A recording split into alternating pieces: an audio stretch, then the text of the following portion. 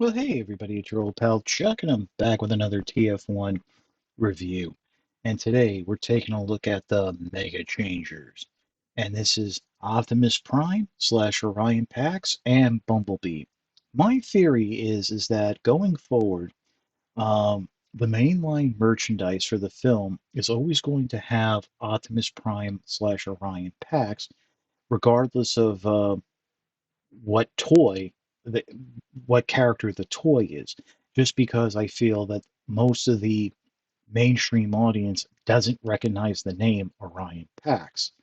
Now, in this case, since we do have the faceplate, I'm going to say that is Optimus Prime, but we do have some toys coming that is clearly the Orion Pax design from the film. I got these off of Amazon, that they're available now, and there's out of wave one, there are four releases: Prime, Bumblebee, Megatron, and Starscream.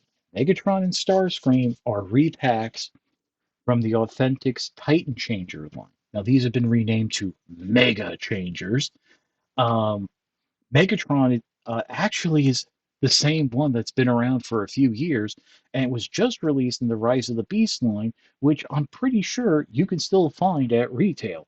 So really, the only two you need to pick up are Prime and Bumblebee.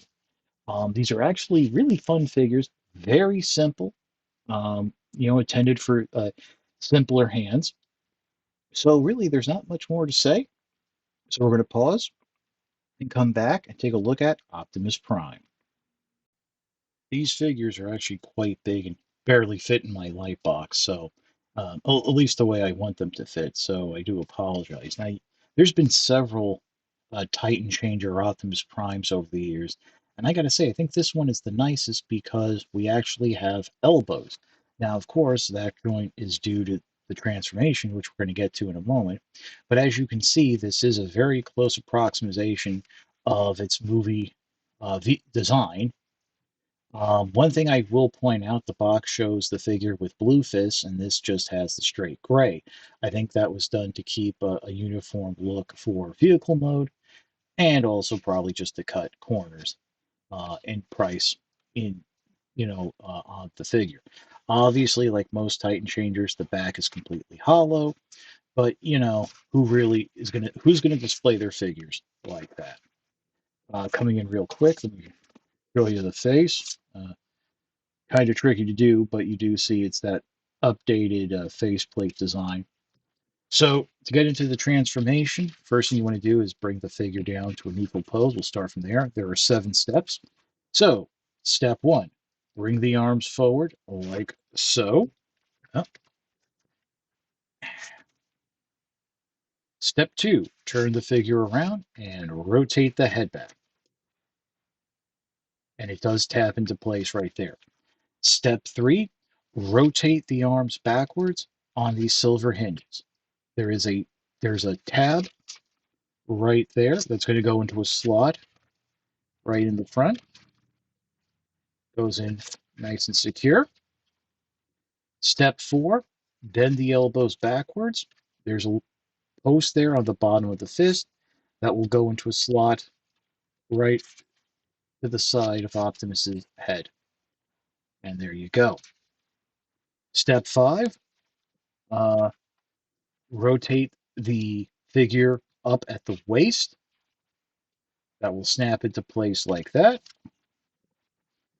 Step 6, uh, grab the legs, rotate them around. There's a tab right where my thumb is that's going to go into that slot, but it's a blind peg. But it will just you'll feel it and hear it friction into place. And then step 7, ladies and gentlemen, turn the vehicle around. And there you have Optimus in its truck mode. Yeah. Step 7 was turn it around. Again, nice approximation of the vehicle mode. Obviously, very hollow, very open, but not bad. I appreciate we have like a third wheel here that's rolls very nicely, and as you saw, just figure rolls very well. So it's a fun little truck toy. Kids will have fun with, even some adults. This is a little bit bigger of a fidget toy. I don't know if I would say this is a desk toy because just due to the size, but it's fun. Now, to return to robot mode, first thing you want to do is turn it around, unpeg the legs like so. Now, what's going to happen is there's a little nubbin here at where the knee would be, but that's going to a slot right there. So just like that. Uh, Straighten it out at the waist, and that will, there's like little friction tabs here that's going to snap in just like so. Let me, oh, and look, you even got the truck girl walk. I didn't even notice that. Just the camera. Come around to the back still, unpeg the this from the back, and then rotate the whole arm on that gray hinge. Again, there's a tab right there. Going to go into a slot right where my thumb is. That will just peg into place. I will say that sometimes you'll notice when you're moving the arms, you can bring the arms down, that might move the hinge. And then finally, just again, adjust the camera, come in here, flip the head up, and the head will snap into place. So there you go. You can then bend the arms, give them a little action. Not bad. Like I said, kind of fun. So we took a look at Prime. Let's pause and take a look at Bumblebee. In the history of doing these type of reviews, I have never had a figure more complicated than Bumblebee. I'm kidding. Prime was 7 steps. Bumblebee is 3. No elbows, no leg articulation, no nothing. Nice little nice face there. I'd say that's a nice movie resemblance. So the first thing you want to do, bring the figure to a neutral pose. But the first step, grab the chest, flip it up, and it will just slide up like that. Next, what you want to do is slide the arms up. Um, there are tabs right there on the hip that will blind peg into the forearm. You'll get it no naturally just through the friction of things. Next, what you want to do is fold the lower legs up, the knees, flip it all the way over, and that will slide into place.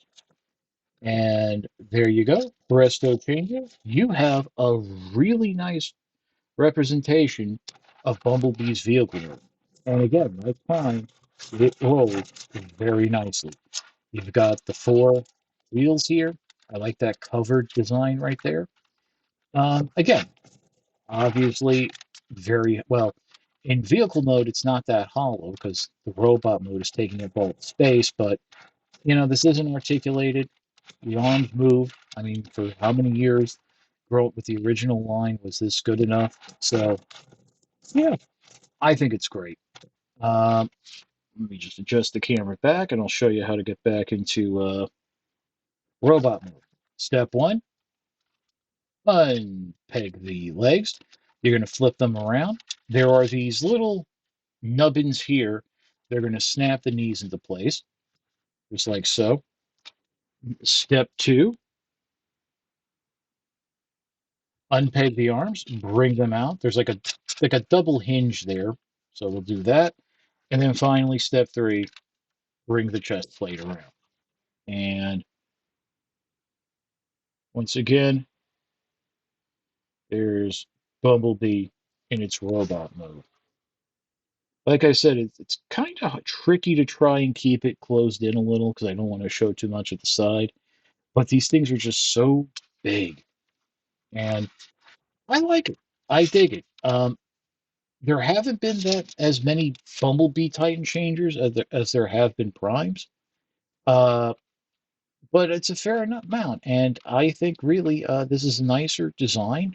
Um, I think well, it's easy, but it's fun. Everything closes up.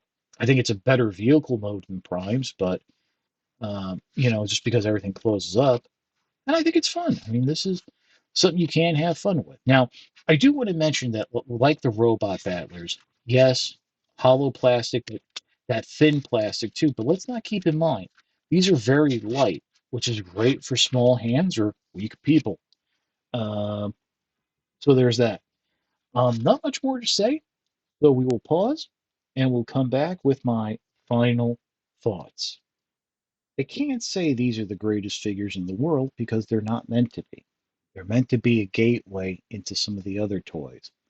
I've always said that these Titan Changers, Mega Changers, you start off with the Rescue Bots, or what they call now the Classic Heroes team. You move up to the whatever the one-step changers are. And then from there, maybe you'd move into like the Titan Changer or Mega Changer. And then from there, you can go to like the larger gimmick toys or try um, the main deluxe line, either what they're calling a warrior or prime changers or something like that, and then maybe graduate into a generations level deluxe figure. So it is there, and of course, you have like legends class, core class, the robot battlers. That those all fit in gaps here and there. But I mean, as they are, they do look nice. I think the paint is applied fairly well. Yeah, there's not much of it, but I mean, for the price, it's not bad. And speaking of the price, please be aware that these are like 10, $15, I think. I forget what I paid on Amazon. But I do see a lot of people trying to get like 40, $45 for these. These are going to be around for a while. I mean, I'm sure that these designs will even be around after the Transformers 1 has come and gone. So uh, trust me, you'll be able to find them at a reasonable price. But makes a great gift. It's a fun little fidget toy. So yeah, there's not much more to say. I dig them, but keep in mind the audience that they're for. Um, so if you uh, please consider liking, commenting, and subscribing. While I always appreciate the views, the likes, comments, and subscriptions help to communicate to YouTube through the algorithm that my channel should be exalted and held upon high. If you want to make the ultimate sign of support, I do have a Patreon. It is www.patreon.com/chuckdog1999. All I ask for is $1 a month, $12 a year. No thrills, no tears, no special rewards. All you're doing is helping me help you to help me help you bring figures like this to you as well as keep up the infrastructure of the channel. But as I always say, and this is very important, if you can't afford the $1 a month, $12 a year, your views are more than thanks enough. Patreon is just the cherry on top of an already generous Sunday. So, um, that's really about it. Again, I would like to just stress, please subscribe, especially if you're a new viewer who's coming in for the Transformer 1 reviews. It does help with the algorithm of the channel.